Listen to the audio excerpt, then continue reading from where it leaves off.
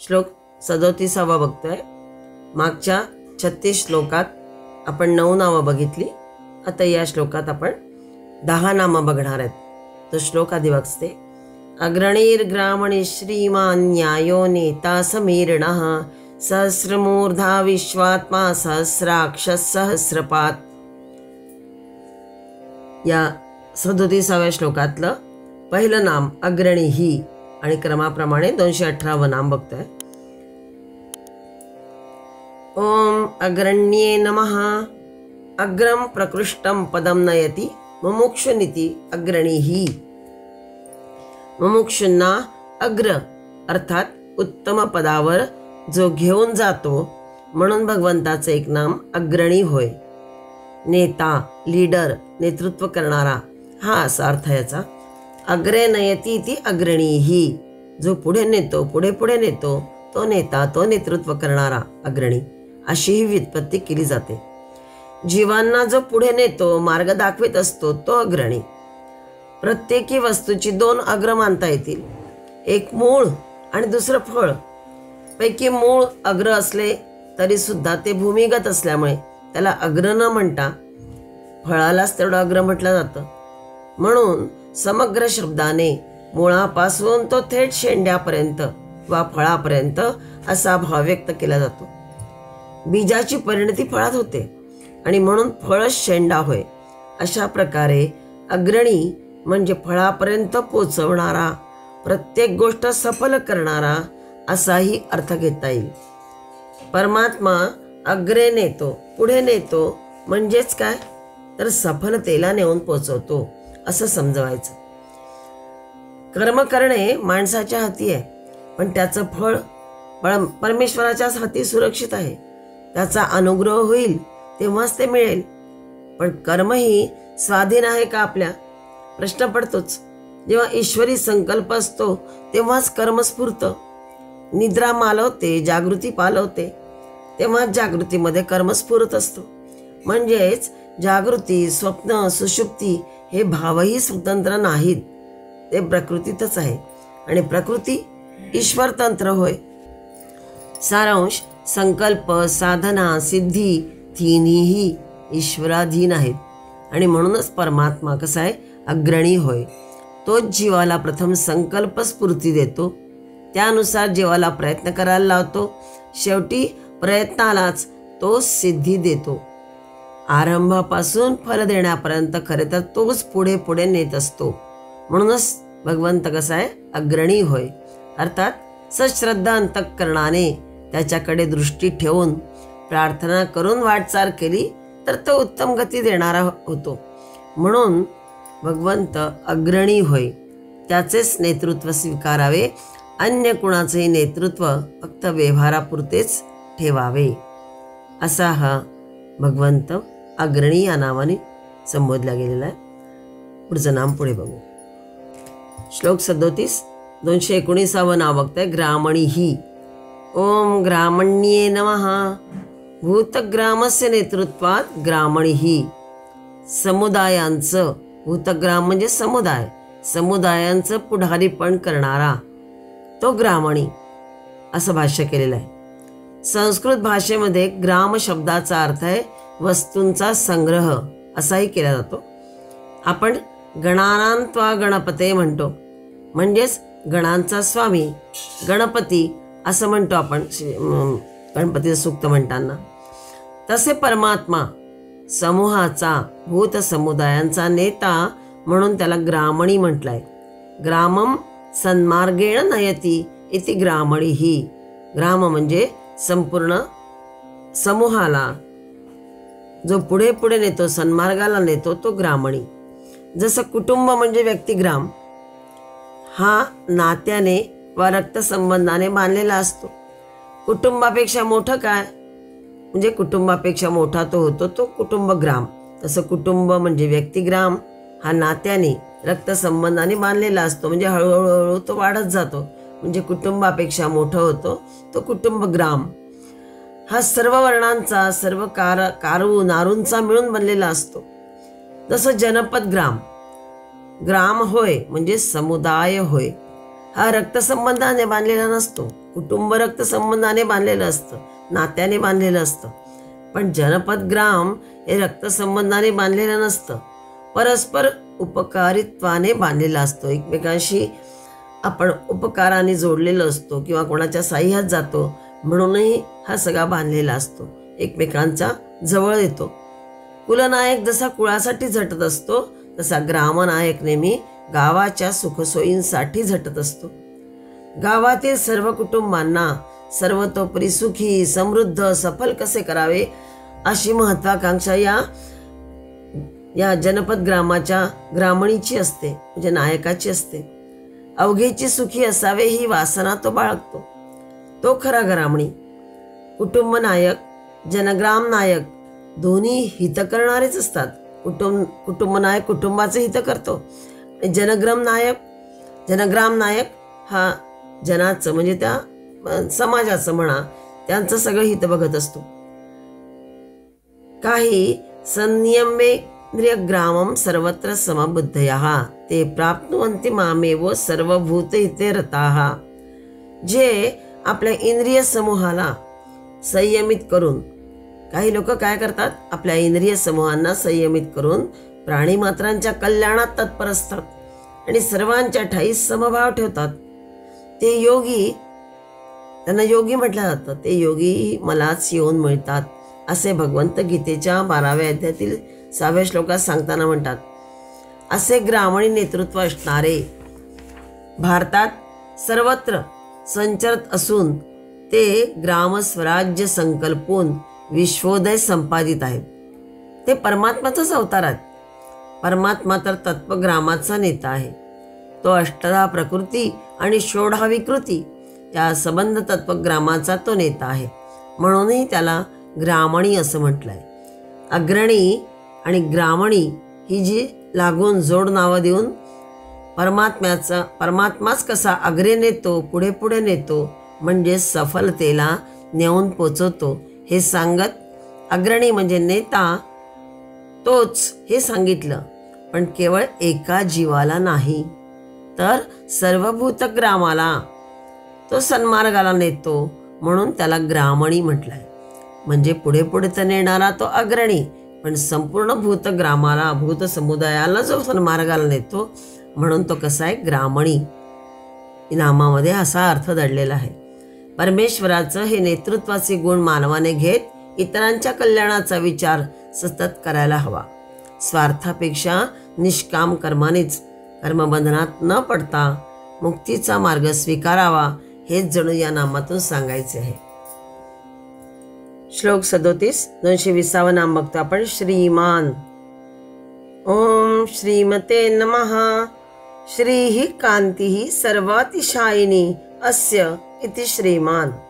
म्हणजे भगवंताची कांती अतिशय तेजस्वी आहे. ऐश्वर्यशाली, सौंदर्यशाली श्रीने युक्त तो लोकप्रिय, लोकमान्य असा श्रीमान अशी संज्ञा म्हणून त्याला दिलेली आहे. श्रीमान हे पद पूर्वी 2दा येऊन गेलेलं आहे. 16व्या श्लोकात 22वं नाम आपण बघितलं. 32व्या श्लोकामध्ये 178वं नाम आलंय श्रीमान आणि पुढे आता 78व्या श्लोकात पण 613वं नाम येणार आहे. 78वा श्लोक खूप महत्त्वपूर्ण आहे, तेव्हा तो बघूच आपण त्यावेळी. पण आतापर्यंत श्रीमान नाव 3दा आलाय. यावरून परमात्म्याची त्रिविध श्रीमत्ता प्रगट होते. सत्ता, संपत्ती आणि शोभा अशा 3 विधा होत. परमात्मा सद्रूप असल्यामुळेच तो सदैव सत्ता संपन्न असतो. सर्व सद्गुण संपत्ती वा सर्व स्वत्व हे सत्ताचेच असायचे म्हणून तो संपत्तिमान आहे. आणि सर्व शोभा, सर्व प्रकाश जे सद्रूप आहे त्याचाच असू शकतो, असताचा नाही. म्हणजे सतचा हा सगळा प्रकाश, सत जे आहे सत त्याची सगळी शोभा, म्हणून जे सद्रूप आहे त्याचंच हे सगळं असतं. जे असत आहे त्याच्याजवळ हे नसतं. सद्रूप परमात्मा कधीही न लोपणारा, सदैव प्रकाशमान म्हणून त्याचं एक नाम श्रीमान आहे. हे समस्त विश्व परमेश्वराचीच त्रिविध श्री होय. त्याच्या अस्तित्वाचे, त्याच्या स्वामित्वाचे आणि त्याच्या सर्वाश्चर्यमय मोहकतेचे ते एक गमक आहे. जसं राजा सत्ताधारी आहे, सर्व संपत्तीचा स्वामी आणि ऐश्वर्य द्योतक, छत्रचामरादी राजवैभवानी किंवा राजा तेजानी युक्त होऊन तळपत असतो राजा, तेच राजाचं राजत्व होय. तशी परमेश्वराची श्रीमत्ता म्हणजे त्याचं सर्वेश्वरत्व होय. त्याच्याशी कोणाची तुलना होत नाही असा हा श्रीमान, सर्व श्रीनी युक्त असा. म्हणून भगवंताचं एक नाम म्हणजे सत्ता पण त्याची असतेच, संपत्ती म्हणजे सगळ्या प्रकारचं ऐश्वर्य ज्याला म्हणता येईल, भक्ती, ज्ञान, वैराग्य सगळं त्याच्याकडे आहे. षडगुण जे आहे म्हणतात ती संपत्ती, त्या ऐश्वर्य त्याच्याकडे आहे. म्हणजे सत्ता पण आहे संपूर्ण विश्वावर, ही संपत्ती म्हणजे ऐश्वर्य आहे आणि शोभा, असं सगळं असल्यामुळे, ज्या तीन विधा त्याच्याकडे असल्यामुळे आणि तो सत असल्यामुळे सत्ता संपन्न आहे सदैव.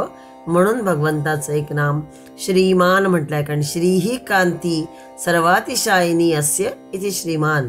भगवंताची ही सगळी कांती अतिशय तेजस्वी आहे, ऐश्वर्यशाली आहे, सौंदर्यशाली आहे, श्रीनी युक्त आहे. म्हणून त्याचं एक नाम श्रीमान असं होय. श्लोक 37 221 नाम बघतो आपण. न्यायः. ओम न्यायाय नमः. प्रमाणानुग्राहको भेदकारकः तर्कः न्यायः. आदि शंकराचार्य भाष्य करताना म्हणतात की ज्या तर्काच्या साह्याने प्रमाणांचं ज्ञान योग्य प्रकारे होते त्यालाच न्याय असं म्हणतात. तो न्याय त्याचे स्वरूप आहे, किंवा जो कधीही अन्यायाने वागत नाही, कोणालाही अन्यायही करू देत नाही, म्हणून त्याला न्यायी असं म्हटलं जातं. हा न्यायी किती म्हणावा, तर तो न्याय स्वरूप होय. तत्वज्ञानाच्या दृष्टीने न्याय या शब्दाचा अर्थ असा होतो की तो तर्काधिष्ठित विचार आणि त्याच्या मननाची दिशा म्हणजे युक्ती, सुसंगती, त्याच्या साह्याने श्रुतींनी सांगितलेले, निर्देशित केलेले निर्विवाद सत्य अनुभवायला येते. तो राजाप्रमाणे मागाहून न्याय निवाडा करीत बसत नाही, त्याने कर्माबरोबरच त्याचे फळ जोडून दिले आहे. जसं करावं तसं भरावं, त्याद्वारे तो परभारेच न्याय घेत असतो. ज्याला सुख हवे त्याने सत्कर्म करावे, ते न करणे म्हणजे मग दुःखाचा न्याय मागणेच आहे. अशा प्रकारे परमेश्वराचा न्याय हा स्वायत्त न्याय आहे आणि त्यापेक्षा अचूक आणि सुलभ न्याय दुसरा कोणताही नाही. कर्म केवळ कायिक कर्म नव्हे, तर सर्व प्रकारचे कायिक, वाचिक, मानसिक कर्म, तुम्ही जी कोणती मानसिक, वाचिक, कायिक हालचाल कराल ती सर्व क्रियाच होय आणि तिचं फळ अवश्यम भावी आहेच. जितकी क्रिया सूक्ष्म तितके तिचे वीर्य उग्र. कायिक कर्मापेक्षा वाचिक आणि वाचिकापेक्षा मानसिक कर्म हे महत्तर होय आणि त्याचे फळही तसेच गुरुत्तर आहे. सद्वृत्ती ही सर्वात मोठी सत्कृती आहे. अशा प्रकारे जो कधीही अन्यायाने वागत नाही आणि कोणालाही अन्याय करू देत नाही, म्हणून तो कसा आहे, न्यायी नव्हे न्याय स्वरूपच होय. म्हणून भगवंताचे एक नाम न्याय असं आहे. श्लोक 37 222 नाम बघतोय. नेता. ओम नेत्रे नमः. जगत यंत्र निर्वाहकः नेता. आदि शंकराचार्य भाष्य करताना म्हणतात की नेतृत्व करणारा, जगाचं नेतृत्व करणारा, जगाचं यंत्र हे विश्वरूपी प्रचंड यंत्र, त्याला चालवणारा हा नायक होय. निर्वाहक, नायक, नेता असा हा होय. योग्य ठिकाणी जाण्यासाठी मार्गदर्शन करणारा असाही अर्थ घेतला आहे. पण विश्वरूपी प्रचंड यंत्राला चालवणारा नायक हा महत्वाचा अर्थ इथे आहे, नेता. याआधी सुद्धा आपण नेता पद येऊन गेलेलं आपल्याला. नुसतं नेता नव्हे, त्याच्या आधी एक पद आणखी लागलं, जसं योग विधान नेता असं नाम आलेलं आहे 218. नंतर 219 नाम आत्ताच आपण बघितलं, अग्रणी आणि ग्रामणी. याचाही अर्थ तोच आहे, थोडासा नेतृत्व करणारा या अर्थाने. आणि आता पुन्हाही नेता आलेला आहे. म्हणजे तेच नाम कसे काय त्याच्या मागे अर्थ आहे असंही पुन्हा पुन्हा आपलं वाटतं. म्हणजे पुन्हा पुन्हा त्याच्यात तोचपणा येईल असंही वाटायला लागतं. इथे परमात्मा कोण्या व्यक्तीचा, समुदायाचा किंवा योगविदांचा नाही तर नीतीचा नेता आहे, हा अर्थ इथे दडलेला आहे. कारण योगविधान नेतामध्ये योगविद जे आहेत, योग जाणणारे जे आहेत त्यांचा नेता म्हटलं होतं. अग्रणीमध्ये कोण्या व्यक्तीचा म्हणजे तो व्यक्तीला जीवाला पुढे पुढे नेतो म्हणून नेता. आणि ग्रामणीमध्ये समुदायांचा, भूतग्रामांना, संपूर्ण समुदायाला, समुदायाला तो पुढे पुढे नेतो म्हणून ग्रामणी म्हटलेला आहे. इथे काय म्हटलेलं आहे तर जो नीतीचा नेता आहे. नीती कोणती? जो नेत्याचा योग्य मार्ग, ती नीती. नेत्याजवळ ती सगळं असलं पाहिजे म्हणून नेत्याचा योग्य मार्ग ती नीती. माणूस चालतो तेव्हा त्याच्या चालण्याने पायवाट तयार होते. या वाटेचा नेता तो माणूसच असतो. नीती म्हणजेच सत्य प्रवृत्ती, सदाचरण, विवेक, सत्य, अस्तेय इत्यादी गुण आणि अंतिम श्रेयाकडे मार्ग दाखवणारी ती नीती इत्यादी गोष्टी नीतीमध्ये येतात, या शब्दाने दर्शित होतात. ही नीती जो तयार करतो तोच नेता होय. परमात्म्याने सर्व मार्ग तयार केलेले आहेत. आपण जेव्हा जातो तेव्हा आपण सदाचरणाने जाऊच असं नव्हे, विवेक असतोच असं नव्हे, म्हणून त्याला पायवाट म्हटलेली आहे. पण हा नीतीचा मार्ग जो दाखवणारा असतो, जो या पद्धतीने आपल्याला पुढे पुढे नेतो, सत्यप्रवृत्ती, सदाचरण, विवेक, अस्तेय या सगळ्या गुण घेऊन जो अंतिम श्रेयाकडे मार्ग दाखवणारा असतो, अशी जी नीती, या नीतीने जो पुढे पुढे नेतो तो नेता होय. नीत म्हणजेच नेणारा, असं नीतचा अर्थ संस्कृतमध्ये नेलेला असंही केला जातो. आणि जो नेतो किंवा ज्याने नेलेला आहे आपल्याला, असा तो नेता. सत्यस्वरूप परमात्म्याची जी पायवाट आहे ती नीती आहे, त्याचा नेता तोच असणार आहे. अग्नीला प्रार्थना केली जाते पुष्कळदा. ईशावास्य उपनिषदामध्ये सूक्तांमधून वर्णन केलेलं असतं की अग्ने नय सुपथा राये अस्मान विश्वानि देव वयुनानी विद्वान. हे अग्ने, उत्तम मार्गाने आनंदाकडे आम्हाला घेऊन चल. सुपथा राये असं म्हटलं, अस्मान म्हणजे आम्हाला तू सांग योग्य मार्गाने, उत्तम मार्गाने घेऊन चल. आणि पापाचा, कुटिलतापूर्ण मार्गाचं आकर्षण आमच्यापासून दूर कर, म्हणजे तिकडे आम्हाला जाऊ नको देऊ, ते आमच्यापासून दूर कर. विश्वानी वयुनानी, सगळ्या वस्तूंना जाणणाऱ्या आपण आहात. अग्निदेवतेचं वर्णन करताना त्याची स्तुतीही केलेली आहे. अग्निदेवतेला इथे नेता मानलेला आहे. अनेक सूक्तांमधून, ईशावास्य उपनिषदांमधून वगैरे सुद्धा अग्नीला नेता मानलाय. आपली भारतीय संस्कृती अग्निपूजक आहे. विवाहाच्या वेळी सुद्धा अग्नीला साक्षी मानून सप्तपदी होते. कोणाचा मृत्यू झाला तर मडक्यामध्ये अग्नी ठेवून जळत नेतात स्मशानात, मुखाग्नी देत. मग मृत्यूनंतरची गती कोण करून देतं तर अग्नी करून देतो. वैश्वानर स्वरूप मनुष्याच्या आतील प्राणतत्व हे सुद्धा अग्निस्वरूपच आहे. हळूहळू तो उन्नत होतो, तेजस्वी होत ऊर्ध्वगतीला नेतो. वैश्वानर रूपात अन्न पचवून शक्ती प्रदान करणाराही परमात्माच होय. वैश्वानर रूपामध्ये तो आपल्यामध्ये असतो. तेजस चास्मी विभाव असो, 7व्या अध्यायामध्ये जेव्हा आपल्या विभूती सांगितल्या भगवंतांनी तेव्हा सांगितलंच आहे की अग्नीमधील तेज मीच आहे असं भगवंत म्हणतात. म्हणजे अग्नी सुद्धा परमात्माचं स्वरूप 7व्या अध्यायामध्ये गीतेच्या म्हटलंय. अग्निदेवतेला प्रार्थना करतात, पर्यायाने मार्ग दाखवणारा, सन्मार्ग आणि सद्गतीला नेणाराही तोच होय. म्हणून नेता हे एक नाम भगवान विष्णूंचं आहे. कृष्णम वंदे जगद्गुरु म्हणून आपण नेहमी प्रार्थना करतो की हा भगवंतच कसा आहे, नेता आहे. आणि ह्या विश्वरूपी प्रचंड यंत्राला चालवणाराही तोच नायक आहे. योग्य ठिकाणी जाण्यासाठी मार्गदर्शन करणारा सुद्धा तोच आहे. म्हणून भगवंताचं नाम नेता असे आहे. श्लोक 37, 223 नाम बघतो आपण. समीरणः. ओम समीरणाय नमः. श्वसन रूपेण भूतानी चेष्टयतीति समीरणः.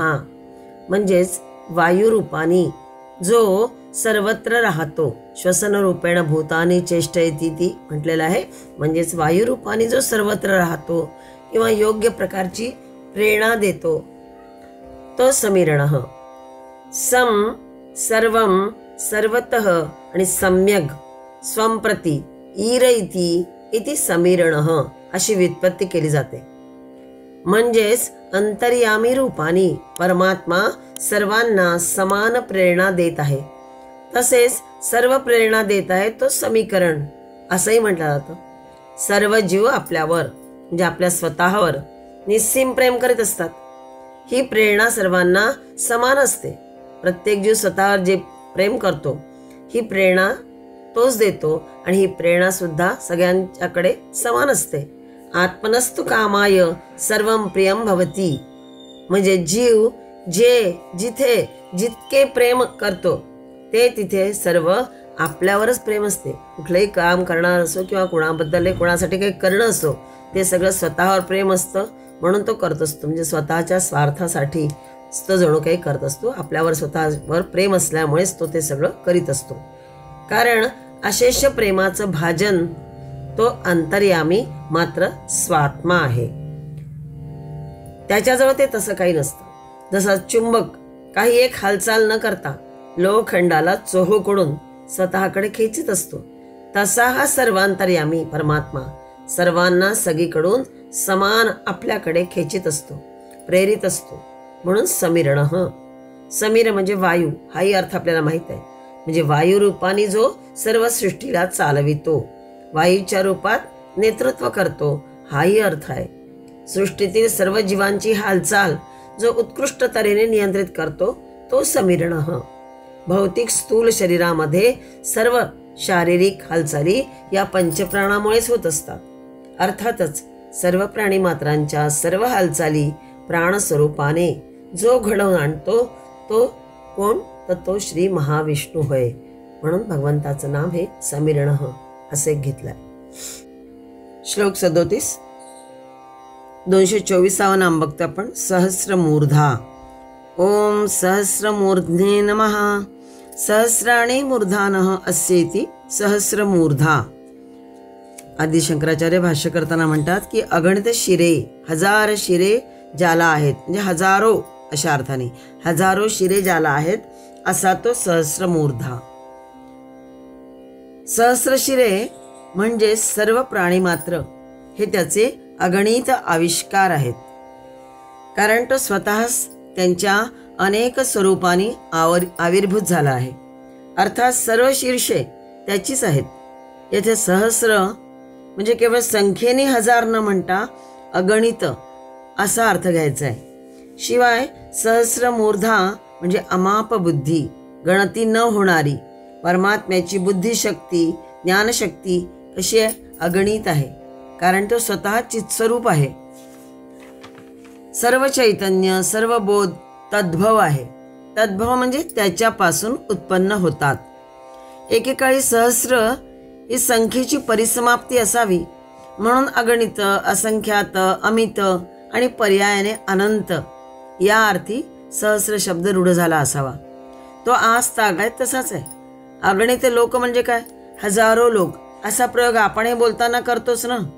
सहस्र रश्मी सूर्य, सहस्रवर्त्मा, सामवेद इत्यादी प्रयोग प्राचीन आहेतच.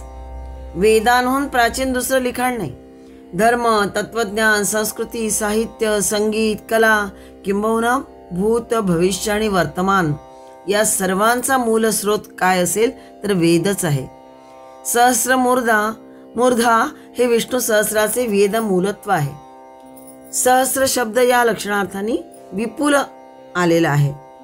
मुख म्हणजे वदन हे वाक्शक्तीचं उपलक्षण आहे. म्हणून षण्मुख, दशमुख, सहस्रमुख मुख असं म्हटलं जातं. मूर्धा हे बुद्धिशक्तीचं उपलक्षण आहे. मूळ शब्द आहे मूर्धन आणि मूर्धा हे त्याचं नाम तयार झालेलं आहे. म्हणजे कपाळ, डोकं किंवा ज्याला आपण फोरहेड म्हणतो तो याचा अर्थ आहे. आणि हे बुद्धिशक्तीचं उपलक्षण आहे. याआधी आपण 13व्या श्लोकामध्ये 115वं नाम बहुशिरा हे बघितलं होतं. बहु आणि सहस्र तसंच शिर आणि मूर्धा हे वेगळे आहेत, वेगळ्या अर्थाने घ्यायचे. जसं द्विशिरा, त्रिशिरा ही नाम आहेत. 3 शिर असणारा, 2 शिर असणारा असं म्हटलं जातं. त्यांचा बुद्धीशी संबंध नाही असंही म्हटलं जातं. आणि द्विविभक्त त्रिविभक्त शिर असलेले असा बाह्य कपालाकृतीशी संबंध आहे फक्त. इथे सहस्र मूर्धा म्हणजे भगवंतांचे अगणित शिर होत असं अर्थ केलेला आहे. ज्याप्रमाणे एखाद्या कारखान्यामध्ये काम करणारे मालकाचे हस्तक मानले जातात, तसंच हे समजायचं की सहस्र म्हणजे शिरे असलेला, हजारो शिरे असलेला असाच अर्थ इथे घ्यायचा आहे. आणि सहस्र मूर्धा, सहस्राक्ष, सहस्रपात ही सगळी भगवंताचीच होय. म्हणून भगवंतांचं एक नाम आहे सहस्रमूर्धा, हजारो अगणित शिर असणारा अशा अर्थाने. श्लोक 37 225 नाम बघतो आपण. विश्वात्मा. ओम विश्वात्मने नमः.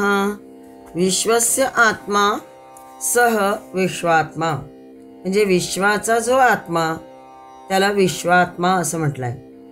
सर्व प्राणी मात्रांचे अंतर्यामी असलेले सारभूत तत्व तोच आहे, म्हणून त्याला विश्वात्मा म्हटलंय. परमात्मा व्यक्त नाही. जे जे व्यक्त ते त्या अव्यक्त अक्षर पुरुषाचंच रूप आहे. म्हणून विश्वात्मा हे विश्वरूप म्हणावायचे. हे विश्वच त्याचे रूप आहे. त्यातील सर्व शिरे, सर्व बाहू, सर्व उदरे, सर्व पाद त्याचे आहेत. आणि म्हणून त्या अव्यक्त अक्षर पुरुषाला सहस्राक्ष, सहस्रपाद, सहस्रमूर्धा असंही म्हटलंय. मूर्धा आणि पाद हे आद्यंत आहेत, म्हणजेच आधी आणि अंत होय. नेत्र मध्याचा म्हणजे मधल्या सर्व अवयवांचा आणि सर्व तत् शक्तींचा प्रतिनिधी आहे. वेदवचनामध्ये पुरुष शब्द आलाय. विश्वात्मा न म्हणता तिथे पुरुष शब्द आलेला आहे. पण तो सहस्र शीर्षा, सहस्राक्ष, सहस्रपाद पुरुष आहे, पुरुष सूक्तात पण याचं वर्णन आलंय, तो म्हणजेच हा विश्वरूप परमात्मा होय. हे येथील विष्णू सहस्रनामातील विश्वात्मा शब्द स्पष्ट करतो. इथे त्याच्या सर्व शक्तिमत्तेचे द्योतन आहे. अर्थात विश्वरूपाच्या पोटामध्ये द्विपाद, चतुष्पाद इत्यादी सर्वच समाज अर्थात त्या याच्यामध्ये ते येतात. म्हणून पुरुष सूक्तामध्ये वर्णन आलंय ऋचामध्ये की गावो ही जज्ञिरे तस्मात जाता अजावयः. त्याच्यापासून गावो ही जज्ञिरे म्हणजे गायी उत्पन्न झाल्या, त्याच्यापासून अजा आणि अवयः म्हणजे शेळ्या आणि मेंढ्या. अज आणि अवयः म्हणजे मेंढ्या, बोकड हे सगळे त्याच्यापासून उत्पन्न झाले आहेत असं वर्णन पुरुष सूक्तात आलेलं आहे. ब्राह्मणोस्य मुखमासीद इत्यादी वर्णनही आलाय. म्हणजे द्विपाद, चतुष्पाद सर्वत्र असणारा तोच, म्हणून तो विश्वात्मा. विश्वनामानेच आरंभ केलाय विष्णू सहस्रनामाचा. आपण सुरुवातीचा श्लोक बघितला तसा आधीचे प्रश्न उत्तर झाल्यानंतर जो 14वा श्लोक आहे त्यामध्ये पहिलंच विष्णू सहस्रनामातली नामावली सुरू होते. त्यामध्ये ओम विश्वम विष्णुर्वषट्कारो इथून आपण सुरुवात करतो म्हणाला. म्हणजेच जो स्वतःच विश्वरूपाने नटला आहे. या सर्व दिसणाऱ्या, भासणाऱ्या, असणाऱ्या विश्वामध्ये ओतप्रोत जो भरून राहिला आहे आणि सर्वांना जो व्यापून आहे. विभू हाही अर्थ तिथे आहे किंवा व्यापून जो आहे तो विष्णूच म्हणजे विश्वात्मा होय. म्हणून विश्वात्मा ही संज्ञा एक प्रभूला दिलेली आहे. श्लोक 37 226 नाम बघता आपण. सहस्राक्षः. ओम सहस्राक्षाय नमः. सहस्त्र नाही म्हणायचं, त्र नाही, सहस्र जसा प्र म्हणतो तसं स्र म्हणायचा. सहस्राणि अक्षिणी अक्षाणी वा यस्य सह सहस्राक्षः म्हणजेच ज्याला हजार म्हणजे अगणित डोळे आहेत किंवा ज्याला हजारोंच्या संख्येमध्ये इंद्रिये आहेत. अक्षिणी आणि अक्षाणी असे दोन्हीही शब्द या भाष्य करताना शंकराचार्यांनी केलेले आहे आणि ते एकत्र संधियुक्त मग तो शब्द घेतलेला आहे. तो मी न करता मी संधी विग्रह करून म्हटलाय की सहस्राणी अक्षिणी अक्षाणी वा असा संधी विग्रह केलाय. नाहीतर आधी शंकराचार्यांनी केला होता की सहस्राण्य क्षिण्य क्षाणी वा यस्य अशी केलेली आहे, व्युत्पत्ती केलेली आहे. सहस्र नेत्र असणारा म्हणजेच भगवान श्री विष्णू सर्व साक्षी आहे. जगाचे सर्व व्यवहार त्याच्या समोर चाललेले असतात, पण त्याचे शुभाशुभ वा सोयरे सुतूक परमात्म्याला नाही. तो केवळ कसा आहे? साक्षी आहे.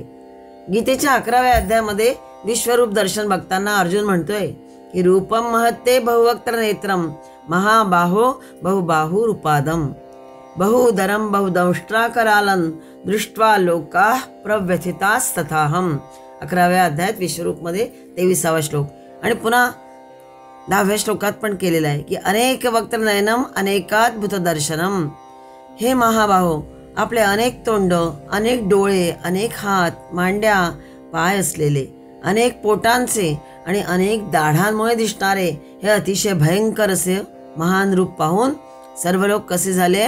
व्याकुळ झालेत.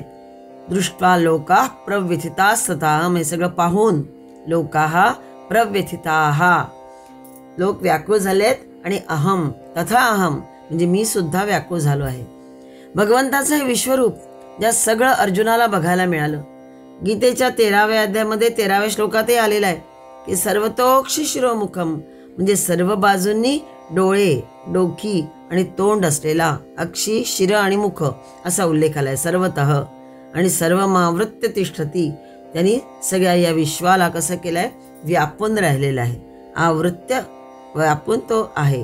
तिष्ठती म्हणजे भक्त भगवंताला जसा आरती ओवाळतो, दिवा लावतो, तसंच भगवंताचे डोळे आहेत.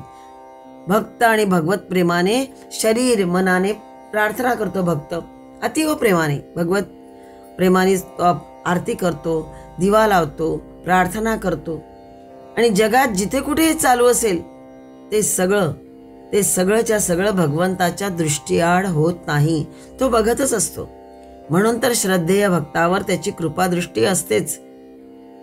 आपण इथे करतो आणि एखादा दुसरा भक्त दुसरीकडे करत असतो त्याची प्रार्थना, त्याला ओवाळणं, त्याची आरती करणं, पण तरी सुद्धा तो इथे असणाऱ्यावरही तेवढीच कृपादृष्टी करतो, तर दुसरीकडे असणाऱ्यावरही तेवढीच. म्हणजे भगवंताला हे भगवंताचे डोळे, नेत्र हे सगळीकडे सगळं बघत असतात. सर्वतः अक्षी म्हणजे सर्वांना पाहणारा असा हा आहेच आणि पुन्हा सर्व साक्षी आहे. कारण त्याला अगणित सहस्र हजारो अक्ष म्हणजे डोळे आहेत आणि म्हणून तो पाहू शकतो असा, म्हणून त्याला सहस्राक्ष या नामाने तो प्रसिद्ध आहे. श्लोक 37 227वा नाम क्रमाप्रमाणे बघतोय. सहस्रपात. ओम सहस्रपदे नमः. सहस्राणि पादा अस्य इति सहस्रपाद म्हणजे भगवंताचे सहस्र हजारो अगणित पाद म्हणजे पाय आहेत, म्हणून त्यांना सहस्रपाद हे एक नाम दिलंय. याच्या आधी आपण सहस्राक्ष बघितलेलं आहे, सहस्रमूर्धा बघितलेला आहे. परमात्मा अपाद, एकपाद, द्विपाद, बहुपाद, सहस्रपाद व अनंतपाद आहे. असं कसंही म्हटलं तरी त्याला साजणारच आहे. ते म्हणजे हे त्याला म्हणणं योग्यच आहे. तुका म्हणे जे जे बोला ते ते साजे या विठ्ठला. विठ्ठल ह्या परमात्माचंच रूप आहे, म्हणून तुकोबाराया म्हणतात की असं म्हटलं तर वावगं होणार नाही. अपाद म्हणजे पादरहित. पादोदर सरीसृप म्हणजेच उदरच ज्याचे पाय आहेत ते सगळे सरपटणारे प्राणी. एकपाद म्हणजे वृक्षयोनी. द्विपाद म्हणजे मानव. बहुपाद म्हणजे कीटक, पशु वगैरे. सहस्रपाद म्हणजे घोण इत्यादी जीवजंतू. त्या अव्यक्त आणि अक्षर महापुरुषाची सगळी रूप आहेत. एकदा का त्याची ओळख पटली की मग फसगत होत नाही. तत्र को मोह कह शोकः एकत्वम अनुपश्यतः. मग तिथे मोह म्हणजे अज्ञान राहत नाही किंवा दुःखही होत नाही. तिथे सगळीकडे एकतत्वच बघितला जातं. ज्ञानराज माऊली म्हणतात की अनंत रूपे अनंत वेशे देखिले त्यासी बाप रखमा देवीवरी कोण बाणाली कैसी. सहस्रपात नाम परमेश्वराचे सर्व गतत्व द्योतित करते. पायाच्या ठाई काय गती आहे आणि गतिशक्तीचं अधिष्ठान परमात्मा आहे आणि म्हणूनच त्याला सहस्रपात म्हणजे अनंत गती वा सर्वगत म्हणजे सगळीकडे जाऊ शकणारा असं म्हणणं युक्तच आहे. भक्त जेथे कोठे भगवंताच्या चरणाला चंदन लावू इच्छितो, फूल वाहू इच्छितो किंवा मस्तक ठेवतो नम्रत्वतेने, ते सगळं भगवंताचे पाय तिथे त्या ठिकाणी विद्यमान असतातच. हजारो लाखो अगणित भक्त एकाच वेळी त्याच्या चरणाची स्वतंत्रपणे पूजा करीत असतात. त्याच्या भावनेप्रमाणे भगवंत तेथे भासतोच. भक्ताला वाटे इथे भगवंत आहेच किंवा त्या ठिकाणी विद्यमान तो असतोच. सहस्राक्ष, सहस्रमूर्धा, सहस्रपाद या संज्ञांमधून असंच सूचित होतं की जाणीवेची साधनं असलेली सर्व शीर्षे, कर्माचे साधन असलेले सगळे पाय आणि संवेदनेचे साधन असलेले सगळे नेत्र त्या एका विचारक करता द्रष्टा असलेल्या परमात्म्याची सगळी साधनं आहेत. तोच एक अनंत ज्ञानस्वरूप सर्व काळी, सर्व स्थळी, सर्व आकारातून, सर्व प्रकारातून व्यक्त रूपामध्ये येत असतो. आणि तो म्हणजेच कोण? तर भगवान श्री विष्णू.